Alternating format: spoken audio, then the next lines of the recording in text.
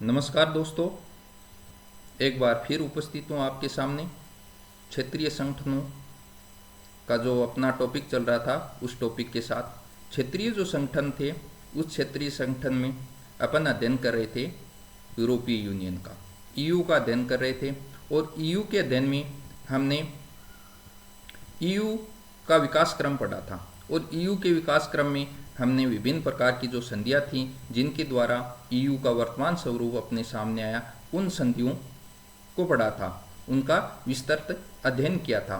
इसी क्रम में आज हम आगे का अध्ययन करेंगे, परंतु उससे पहले हम एक बार जो ईयू की संधियाँ थी उन संधियों के बारे में संक्षेप में जान लेते हैं कि कौन कौन सी संधि किस प्रकार हुई। तो जो पहली जो संधि थी वो ईयू की जो संधि थी, उन संधियों के बारे में हम देखते हैं। तो सबसे पहले 1951 में संधि हुई थी और वो थी पेरिस की संधि।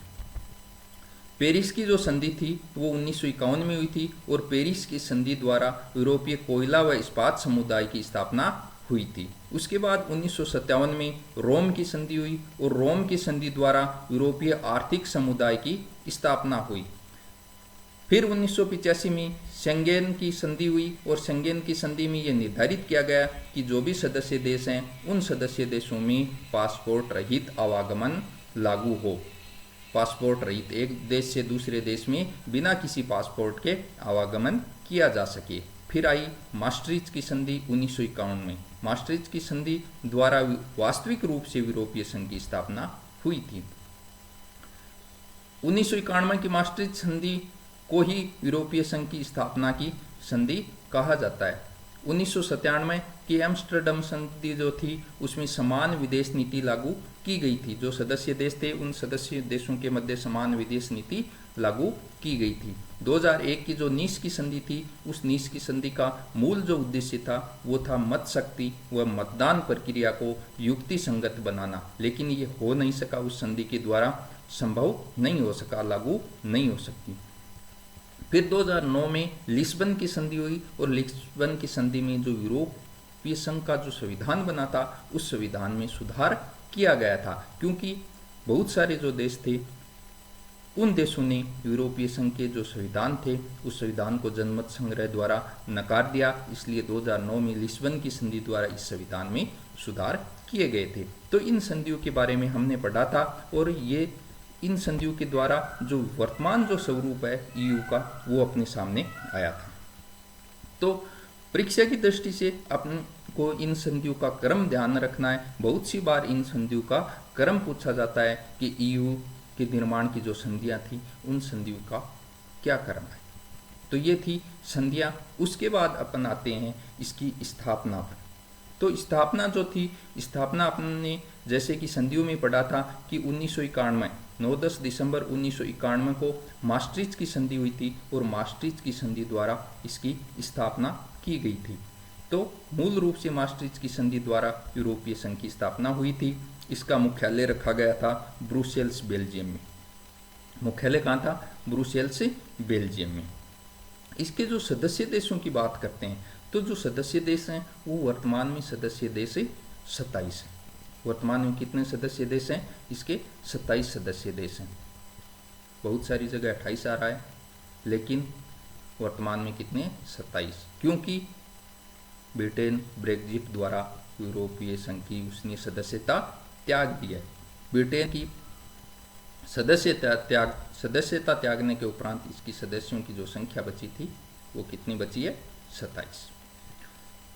इसके जो सदस्य बनने के लिए कोपेनहेगन मानदंड निर्धारित किए गए थे 1993 में कि सदस्यता हेतु एक सम्मेलन बुलाया गया जिसे कहा गया कोपेनहेगन मानदंड, और उसमें शर्तें निर्धारित की गई थी कि सदस्यता हेतु कौन कौन सी शर्तें होनी आवश्यक है। तो कोपेनहेगन मानदंड के द्वारा इस प्रकार के देश जहाँ स्थायी लोकतंत्र हो और जो मानव अधिकार व न्याय आधारित शासन व्यवस्था लागू हो, तो इस प्रकार के जो देश हैं वो यूरोपीय यूनियन के सदस्य हो सकते हैं। तो कोपेनहेगन मानदंड द्वारा क्या निर्धारित किया गया? स्थायी लोकतंत्र होना चाहिए, मानवाधिकार व न्याय आधारित शासन होना चाहिए। इस प्रकार का देश इसका ईयू का क्या हो सकता है?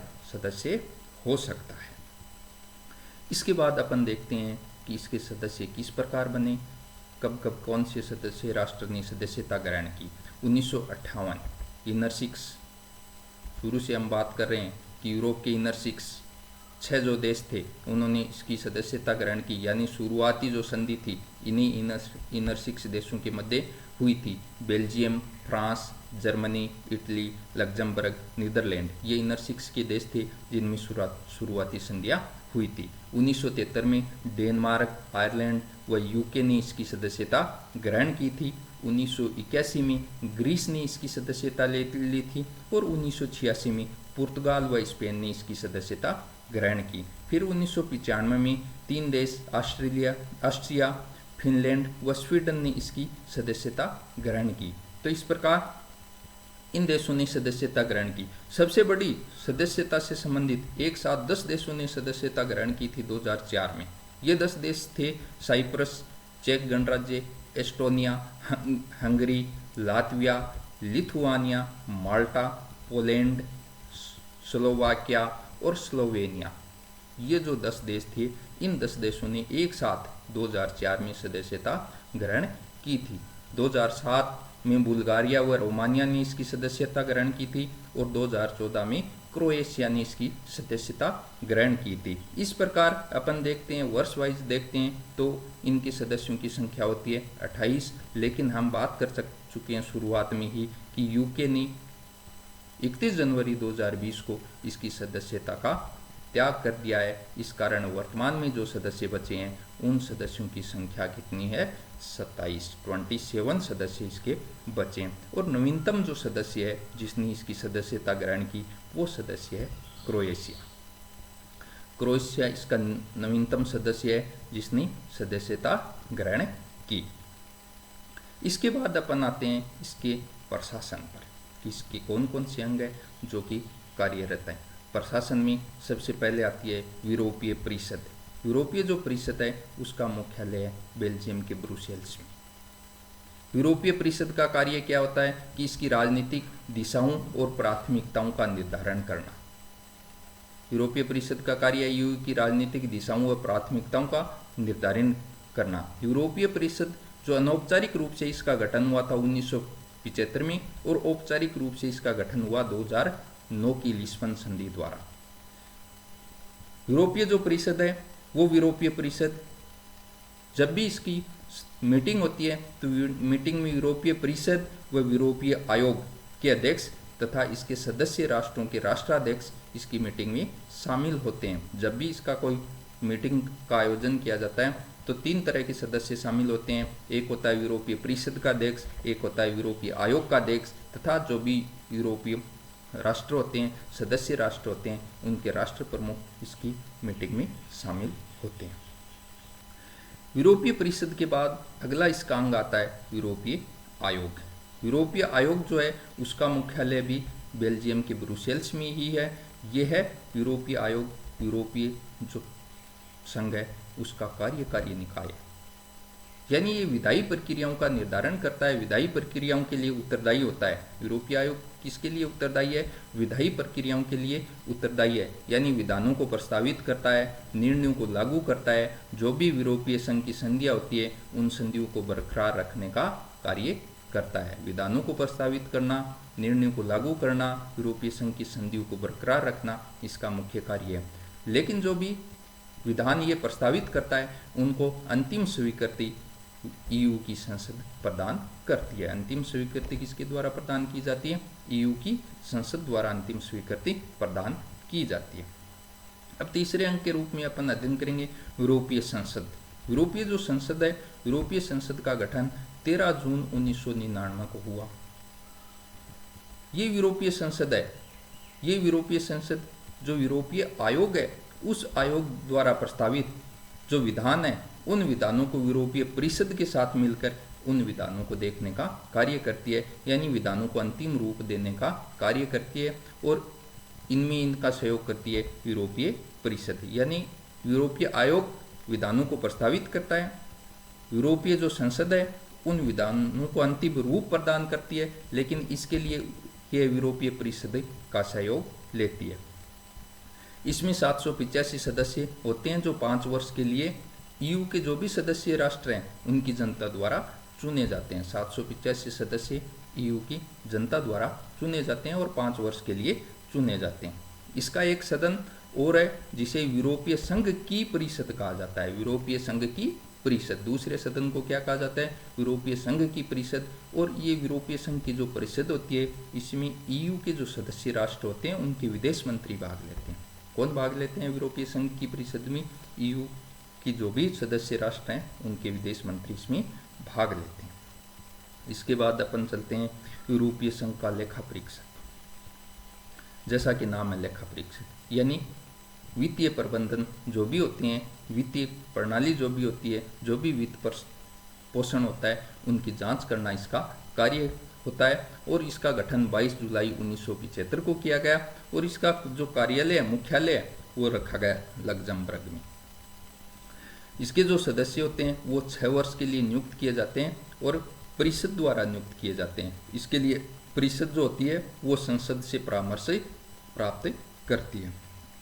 तो परिषद द्वारा इसके सदस्य नियुक्त किए जाते हैं, 6 वर्ष के लिए नियुक्त किए जाते हैं और तो ये संसद से परामर्श लेती है। जैसा कि हमने शुरू में कहा था, इसका जो कार्य होता है वो यूरोपीय संघ की जो संस्थाएं होती हैं, यूरोपीय संघ के जो सदस्य देश होते हैं, उनमें जो भी वित्त पोषण का कार्य किया जाता है उनके उचित प्रबंधन की जाँच करना इसका कार्य होता है। इसके बाद आता है यूरोपीय संघ का न्यायालय। जैसा कि नाम से स्पष्ट है, न्यायालय का कार्य है कानूनों की व्याख्या करना। न्यायालय का क्या कार्य है? कानूनों की व्याख्या करना। और इसका गठन हुआ था 1989 में और इसका मुख्यालय भी रखा गया लक्जमबर्ग में। कानूनों की व्याख्या करने के साथ साथ इसका दूसरा कार्य है कि जो भी सदस्य राष्ट्र देश हैं, जो भी ईयू के सदस्य देश हैं, उनके मध्य तथा ईयू के मध्य यदि कोई कानूनी विवाद पैदा हो जाता है तो उस विवाद का समाधान करना भी यूरोपीय न्यायालय का कार्य है। अगला जो बिंदु है, अगला इसका अंग है वो है यूरोपीय केंद्रीय बैंक। यूरोपीय केंद्रीय बैंक, यूरो जो मुद्रा है, यूरोपीय संघ की मुद्रा क्या है? यूरो। उसके लिए इस बैंक की स्थापना की गई थी और इसकी स्थापना की गई थी 1 जनवरी 1999 को और इसका मुख्यालय रखा गया था जर्मनी के फ्रैंकफर्ट शहर में रखा गया था।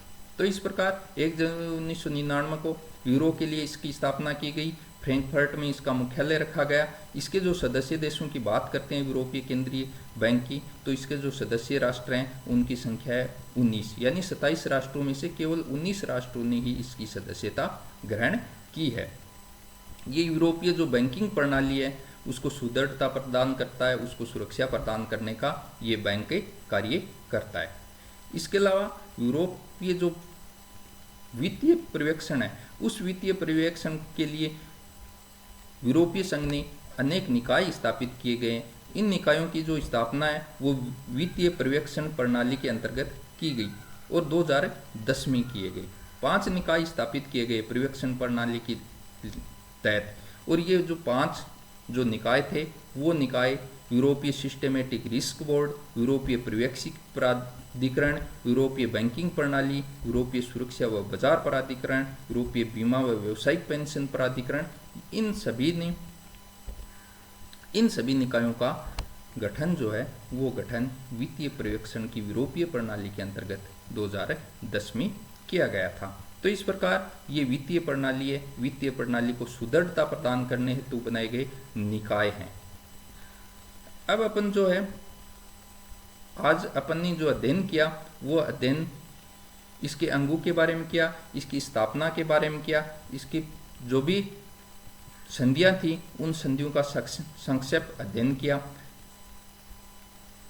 इन सब के बाद जो है अगला जो अपना वीडियो आएगा उस वीडियो के अंतर्गत अपन इसकी जो मुद्रा है यूरो उसके बारे में बात करेंगे। ब्रेग्जिट जिसके द्वारा ब्रिटेन बाहर निकला उसके बारे में अध्ययन करेंगे। तो इसका जो संपूर्ण अध्ययन है वो अपन अगले वीडियो में करेंगे कि किस प्रकार ब्रेग्जिट हुआ, किस प्रकार इसकी मुद्रा जो यूरो है उसका निर्धारण हुआ, भारत के साथ ईयू के क्या संबंध है तथा विभिन्न जो तथ्य हैं उन तथ्यों का अध्ययन हम अपने अगले वीडियो में करेंगे। तब तक के लिए धन्यवाद। जय हिंद। अपना जो चैनल है यूट्यूब चैनल है पॉलिटिकल हब फॉर यू, वो चैनल आप देखते रहिए। सब्सक्राइब कीजिए, लाइक कीजिए, शेयर कीजिए। Thank you. जय हिंद।